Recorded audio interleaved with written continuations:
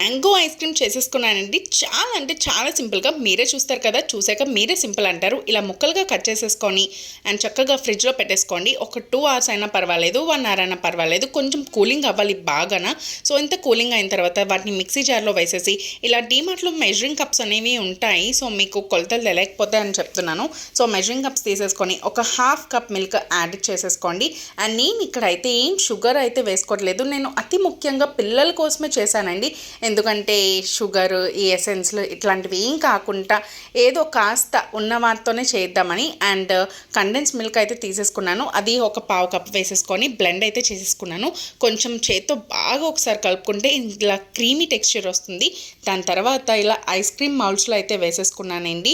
So ఇప్పుడు ఇవన్నీ చాలా ఈజీగా అవైలబుల్గా ఉంటున్నాయి కదా. ఇవి కాకపోతే ఒక స్టీల్ గ్లాస్లో ఒక వుడెన్ స్పూన్ పెట్టేసన్నా వేసుకోవచ్చు. అండ్ చూస్తున్నారు కదా, ఒక 6 to 8 hours పాటు డీప్ ఫ్రిడ్జ్లో పెట్టుకుంటే ఇలాగా హ్యాపీగా మంచి ఐస్ క్రీమ్ అయితే రెడీ అయిపోద్ది.